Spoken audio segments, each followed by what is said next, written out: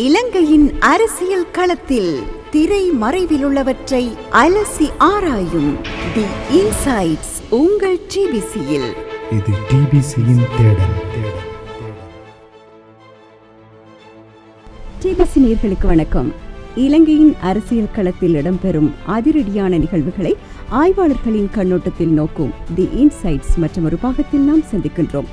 இன்றும் நாம் பல விடயங்கள் குறித்து பார்க்க போகின்றோம்.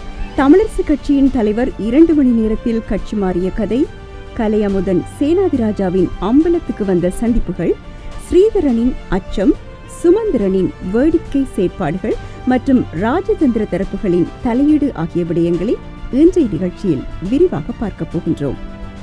முதலாவதாக, இலங்கை தமிழரசு கட்சியின் தலைவர் மாவை சேனாதிராஜா 2-3 மணித்தியாலங்களுக்குள் அந்தர்பல்டி அடித்துக்கொண்ட வேடிக்கையான செயற்பாடு தமிழர் அரசியலில் ஒரு வரலாற்று தடமாக மாறியிருக்கின்றது. நடைபெறவுள்ள ஜனாதிபதி தேர்தலில் சஜித் பிரேமதாசவை ஆதரிப்பது என்று தமிழரசு கட்சியின் மத்திய குழு கடந்த 1ஆம் திகதி தீர்மானித்து அறிவித்தது. எனினும் அந்த கூட்டத்தில் பங்கேற்காத மாவை எதிர்மறையான நிலைப்பாட்டை வெளியிட்டார். பின்னர் அதே மாவை மறுதினம் தமிழரசு கட்சியின் மத்திய குழு தீர்மானமான சஜித்தை ஆதரிக்கும் முடிவினை நடைமுறை சாத்தியமாக்க வேண்டும் என்று அறிக்கை விட்டார். இதற்குள் கடந்த 10ஆம் திகதி கூடி தேர்தல் விஞ்ஞாபனங்களை ஆராய்வதற்காக தமிழரசு கட்சியின் 6 கொண்ட விசேட குழு 16ஆம் திகதி தமது இறுதி அறிக்கையை சமர்ப்பிப்பதாக அறிவித்தது. அந்த குழுவில் அறிக்கையை இறுதி செய்யும் நபர்களாக மாவை சேனாதிராஜாவும் CVK சிவஞானமும் இருந்தார்கள். அறிக்கை கடந்த 14ஆம் திகதி தமிழரசு கட்சியின் தலைமையகத்தில் வைத்து இறுதியாகியது.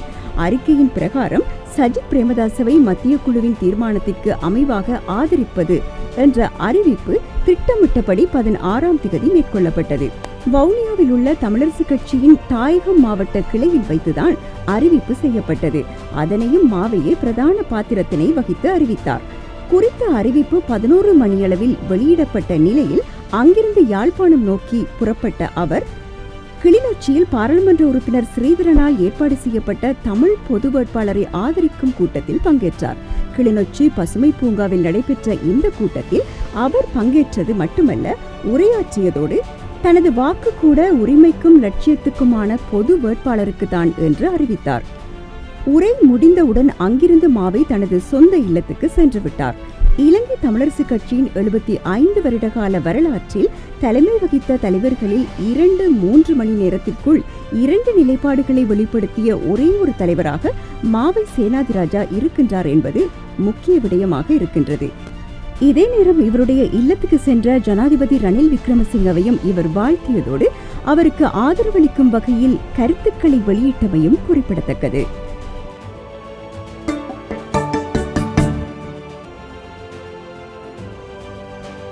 டிபிசியின் இன்சைட்ஸ் மற்றும் ஒரு பாகத்தோடு நாம் இணைந்திருக்கின்றோம். அடுத்ததாக நிகழ்ச்சியில் தாய் 8 அடி பாய்ந்தால் குட்டி 16 அடி பாயும் என்று தமிழ் பழமொழி வழக்கொன்று இருக்கின்றது. அது கிட்டத்தட்ட மாவை சேனாதிராஜா மற்றும் அவரது மூத்த புதல்வர் கலையமுதன் சேனாதிராஜா விடயத்தில் யதார்த்தமாக இருக்கின்றது. மாவை காலையில் ஒரு நிலைப்பாட்டையும் நண்பகலில் ஒரு நிலைப்பாட்டையும் ஒரு வாரத்திற்கு முன் பிரிதொரு நிலைப்பாட்டையும் எடுத்திருந்த நிலையில் இப்போது கலையமுதன் ஜனாதிபதி தேர்தலில் ரகசியமாக நகர்த்திய காய்கள் அம்பலமாக இருக்கின்றன. கலையமுதன் சேனாதிராஜா அந்த கட்சியின் செயற்பாட்டாளரான அகிலன் முத்துக்குமாரசாமியுடன் இணைந்து முதலில் சஜித் பிரேமதாசவை கண்டியில் வைத்து சந்தித்தார். இந்த சந்திப்பின் போது தமிழரசு கட்சியின் இளைஞர் அணியின் ஆதரவை சஜித்துக்கு பெற்றுக் கொடுப்பதாகத்தான் டீல் பேசப்பட்டது. குறித்த விடயம் புகைப்படத்துடன் அம்பலத்துக்கு வந்ததும் கலையமுதன் தனக்கு ஒன்றுமே தெரியாது, அகிலன் அண்ணாதான் தன்னை கூட்டி சென்று மாட்டிவிட்டார் என்று கூறிவிட்டார். அதன் பின்னர் அந்த சர்ச்சையை போக்குவதற்காக மறுநாளே பிளாட் தலைவர் சித்தார்த்தனுக்கு தொலைபேசி அழைப்பு எடுத்து தான் பொது வேட்பாளருக்கு ஆதரவான பிரசாரத்தில் பங்கேற்கப் போவதாக கூறி 7 ஆலையில் நடைபெற்ற பிரசார செயற்பாடுகளில் பங்கேற்றார். அதன் மூலம் தன்னை ஒரு பொது வேட்பாளர் ஆதரவாளராக அவர் காண்பித்து விட்டார். ஆனால் அந்த பிரசார செயற்பாடுகள் நடைபெற்றுக் கொண்டிருந்த போது 3:30 மணியளவில் கலையமுதன் அங்கிருந்தும் மறைந்து விட்டார். விடயம் என்ன என்று பார்த்தபோது கலையமுதன் ரணில் விக்ரமசிங்க வீட்டுக்கு வருவதனால் அவரை வரவேற்று உரையாடுவதற்காக சென்றிருந்தார். சரி, வீட்டுக்கு வருபவரை தானே வரவேற்கிறார் என்று அந்த விடயம் பெரிதாக பேசப்படவில்லை. ஆனால் இரண்டாவது தடவையாக ரணில் விக்ரமசிங்க கடந்த 14ஆம் தேதி அமைச்சர் டக்ளஸின் அழைப்பில் யாழ்ப்பாணம் சென்றபோது யாழ்ப்பாணத்தில் உள்ள ஜெட்விங் ஹோட்டலில் வைத்து தனது மாமியாரான சசிகலா ரவிராஜுடன் சென்று சந்தித்திருக்கிறார். எனினும் இந்த சந்திப்புக்கு காரணம் வலிவடக்கு அபிவிருத்தி என்று ஒரு போர்வையை போர்த்திவிட்டார்.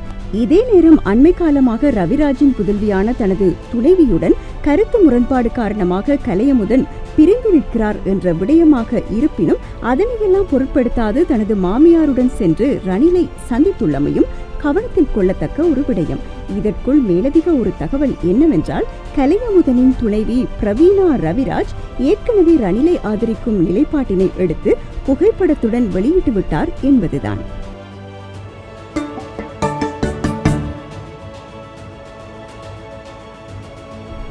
இன்சைட்ஸ் நிகழ்ச்சியோடு நாம் இணைந்திருக்கின்றோம். இலங்கையின் அரசியல் களத்தில் இடம்பெறும் பல்வேறு விடயங்களை ஆய்வாளர்களின் கண்ணோட்டத்தில் அலசி ஆராயும் நிகழ்ச்சி இது.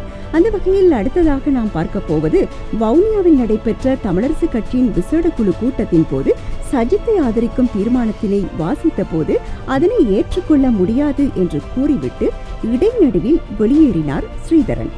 ஸ்ரீதரனின் இந்த செயற்பாட்டுக்கு வரவேற்பு கிடைத்தது.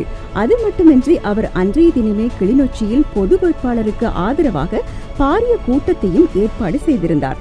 ஆனால் குறித்த மேடையில் ஏறி பொது வேட்பாளருக்கு ஆதரவளித்தால் கட்சியிலிருந்து சுமந்திரன் தன்னை கடாசி விடுவார் என்ற அச்சம் அவருக்கு இருந்தது. இதனால் அவர் மேடையில் ஏறாது பின்னணியில் இருந்து கொண்டு கிளிநொச்சி கூட்டத்தினை இயக்கினார். ஆனால் அதில் கட்சியின் தலைவர் மாவை மேடையேறி உரையாற்றி ஆதரவினை வெளியிட்டார். தலைவரை மேடையேறி அறிவித்து விட்டார். இனி எனக்கு பயமில்லை என்ற நிலைப்பாட்டுக்கு வந்த ஸ்ரீதரன் வட்டுக்கோட்டையில் பொது வேட்பாளரை ஆதரித்து சரவணபவனும் அவருடைய துணைவியாரும் நடத்திய கூட்டத்தில் ஸ்ரீதரனும் மேடையேறியிருந்தார் என்பதும் குறிப்பிடத்தக்கது.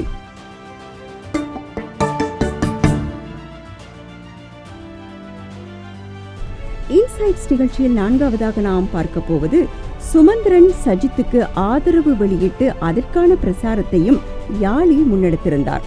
அவர் இதற்காக ஒரு பத்திரிகையை வெளியிடும் யோசனையை தனது நண்பரான பத்திரிகை ஆசிரியர் ஒருவருக்கு முன்வைத்திருக்கின்றார். அவ்வாறான நிலையில் சில மூத்த எழுத்தாளர்களின் கட்டுரைகளை உள்ளடக்கிய பத்திரிகை ஒன்று வெளியிடப்பட்டுள்ளது. அதற்கு சுமந்திரம் என்று பெயர் சூட்டப்பட்டுள்ளது. இதனை அவர் சஜித் பிரேமதாசவின் மேடையில் ஏறி கையளித்துள்ளார். இந்த செயற்பாடு சுமந்திரனின் தற்புகழ்ச்சியை வெளிப்படுத்துவதாக உள்ளதென அரசியல் அவதானிகள் தெரிவிக்கின்றார்கள்.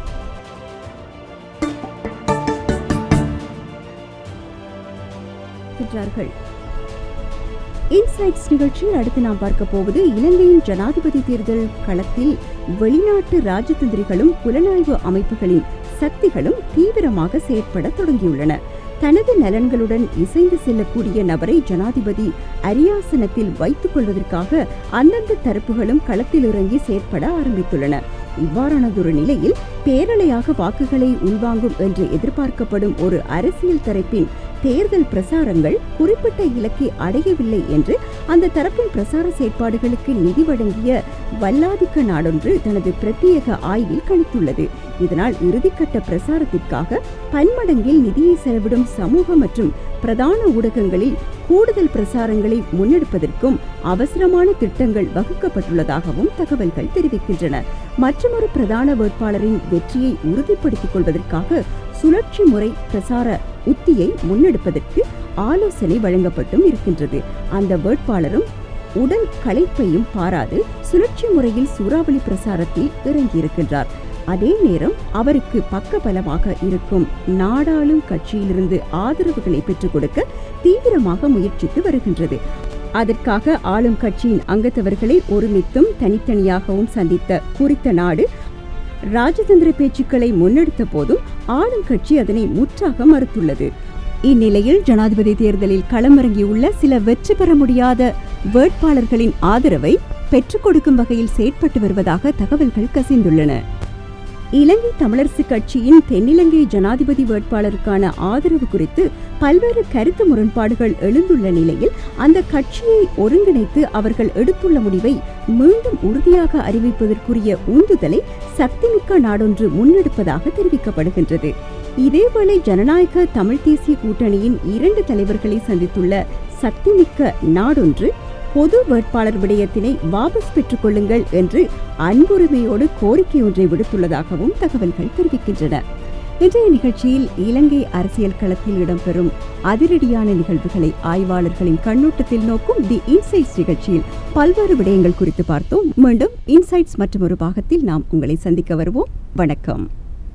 இலங்கையின் அரசியல் களத்தில் திரை மறைவிலுள்ளவற்றை அலசி ஆராயும் தி இன்சைட்ஸ் உங்கள் டிபிசியில். இது டிபிசியின் தேடல்.